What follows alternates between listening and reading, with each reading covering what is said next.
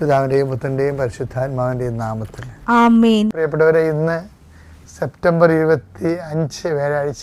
അമ്മേ പരിശുദ്ധമ്മേ, അമ്മേ പരിശുദ്ധമേ, ദൈവമാതാവേ, കൃപാസനത്തിലൂടെ ഞങ്ങൾക്കും ഞങ്ങളുടെ ദേശത്തിനും അമ്മ മധ്യസ്ഥം തേടി തന്ന എല്ലാ അനുഗ്രഹങ്ങൾക്കും കൃപകൾക്കും ഞങ്ങളിപ്പോൾ ഹൃദയം നിറഞ്ഞ നന്ദി പറയുന്നു. അമ്മേ പരിശുദ്ധമേ, ദൈവമാതാവേ, 2004 ഡിസംബർ 7 ഉച്ചകഴിഞ്ഞ് 2:30 കൃപാസനത്തിൽ സംഭവിച്ച അമ്മയുടെ പ്രത്യക്ഷപ്പെടലിനെ കുറിച്ച് തിരുസഭയ്ക്ക് സമർപ്പിച്ചിരിക്കുന്ന പഠനരേഖകളുടെ മേൽ സഭാത്മകമായ പഠനം ആരംഭിക്കുവാൻ ഞങ്ങൾ പ്രാർത്ഥിക്കുന്നു. അമ്മേ പരിശുദ്ധമേ, ഭൂസ്വർലോകങ്ങളുടെ രാജ്ഞിയായ അങ്ങേയ്ക്ക് ഭൗമ സംരക്ഷണത്തിനായി പ്രപഞ്ചപ്രകൃതിയെ തന്നെ തിരുസഭ പ്രതിഷ്ഠിക്കുവാൻ ഈ പ്രത്യക്ഷീകരണ വഴി ഇടയാക്കണമേ. പരിശുദ്ധമ്മേ, ജപമാല മാതാവേ, സകല കൃപാസനം പ്രാർത്ഥനകളോടും ചേർത്ത് ഞങ്ങളിപ്പോൾ പ്രാർത്ഥിക്കുന്ന ഈ കുടുംബത്തിന്റെ പ്രത്യേക നിയോഗം.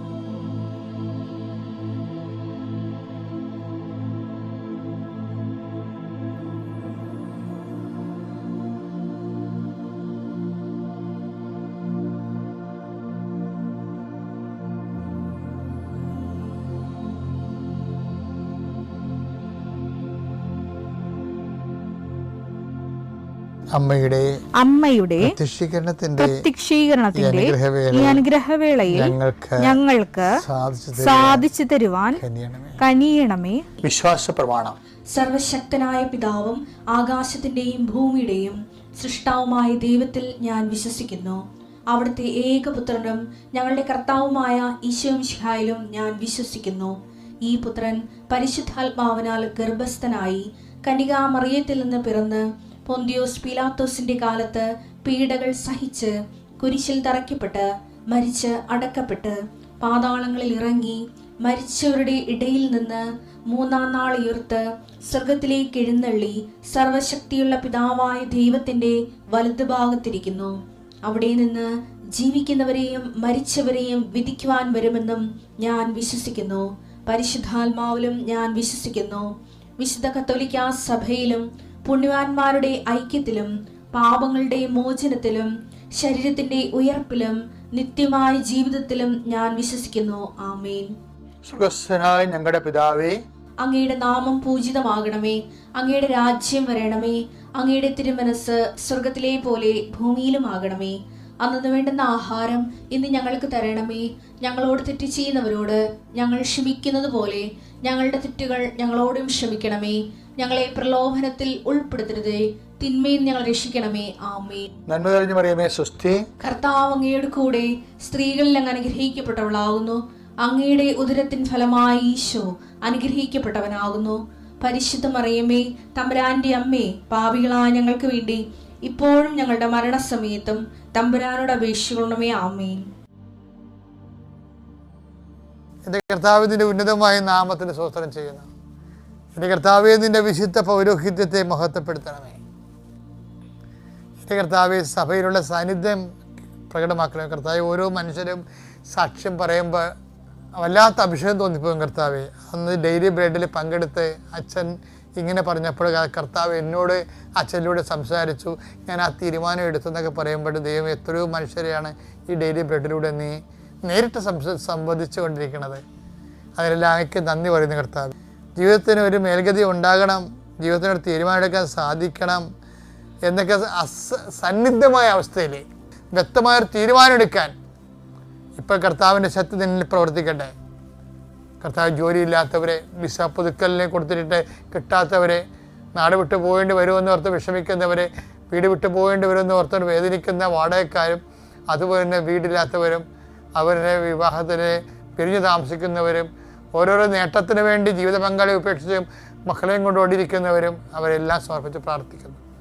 കർത്താവേ, പല പല കാര്യങ്ങൾ കൊണ്ട് കുടുംബജീവിതം ഛിദ്രമായിരിക്കുന്നവരെ അങ്ങ് ഏറ്റെടുക്കുന്ന പ്രാർത്ഥിക്കുന്നു. അവർക്കെല്ലാം എല്ലാത്തിനെയും അതിജീവിക്കാനുള്ള കൃപയും എല്ലാം അതിജീവിക്കാനുള്ള ആത്മധൈര്യവും നൽകി ആ ശക്തി അവരെ അനുഗ്രഹിക്കണമേ. എൻ്റെ കർത്താവിൻ്റെ ഉന്നതമായ നാമത്തിൽ, സഭയുടെ അധികാരത്തിൽ, കുരിശിൻ്റെ അടയാളത്തിൽ മാർഗരോഗങ്ങളും തീരാവേദികളും ജീവിതദുരിതങ്ങളും യേശുക്രിസ്തു നീങ്ങിപ്പോകട്ടെ. Lord infuse your spirit of power and grace.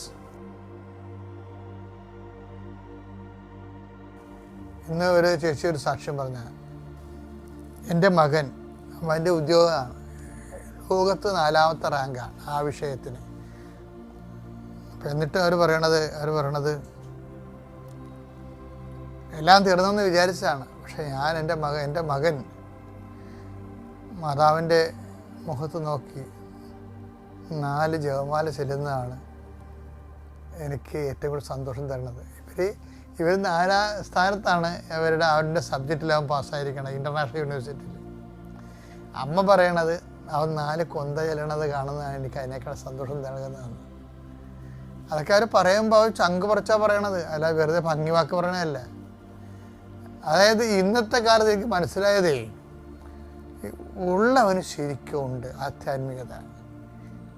അതാണ് എനിക്ക് മനസ്സിലായത്.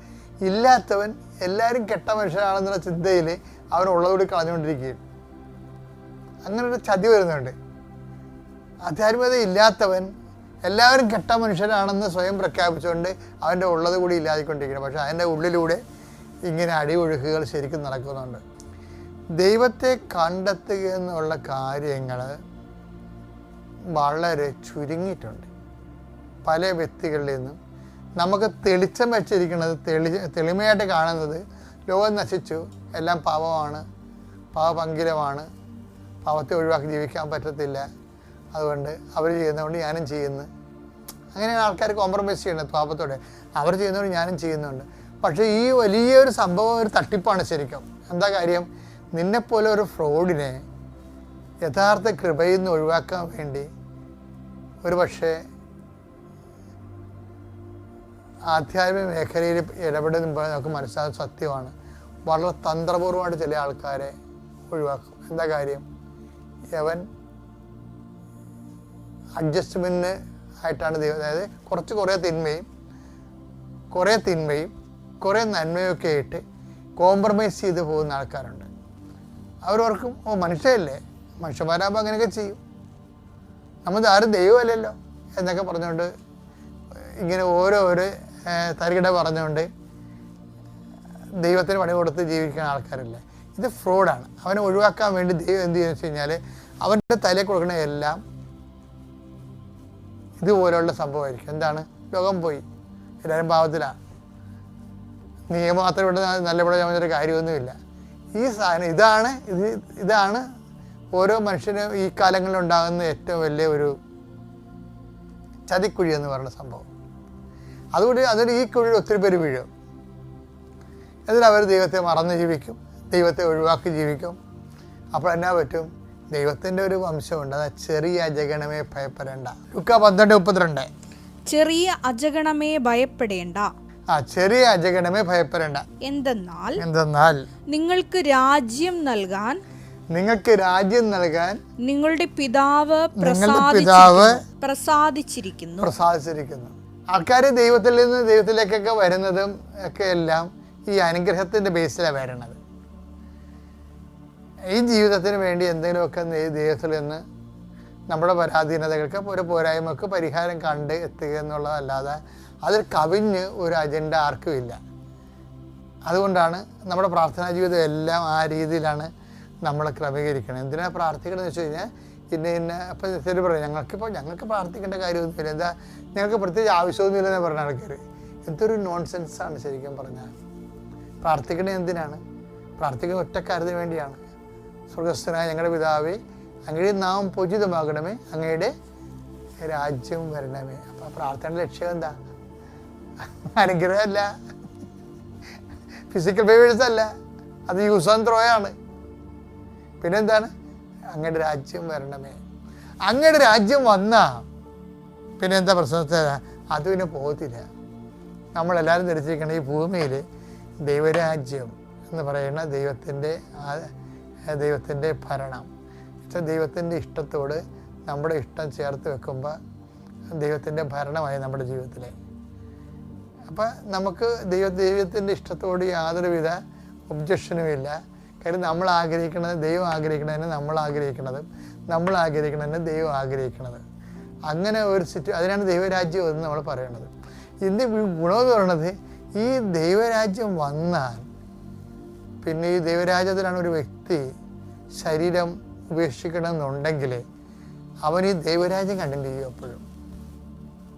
അപ്പം നമ്മൾ ചത്ത് കഴിഞ്ഞിട്ട് അവിടെ എന്തോ ഈ ഗാന്ധിയുടെ രാമരാജ്യമൊന്നുമല്ല നമ്മുടെ ദൈവരാജ്യം. ആ ദൈവസമാഗമത്തിൻ്റെ ദൈവത്തിൽ ആനന്ദിച്ച് സ്നേഹത്തിൽ സന്തോഷിച്ച് ദൈവത്തിൻ്റെ ആഗ്രഹത്തിനനുസരിച്ച് നമ്മുടെ ജീവിതം ക്രമീകരിച്ചുകൊണ്ട് പോകുന്ന സംഭവമാണ്. അത്യപൂർവ ദൈവാനുഭവങ്ങൾ ഇനി നിങ്ങൾക്കും സ്വന്തം.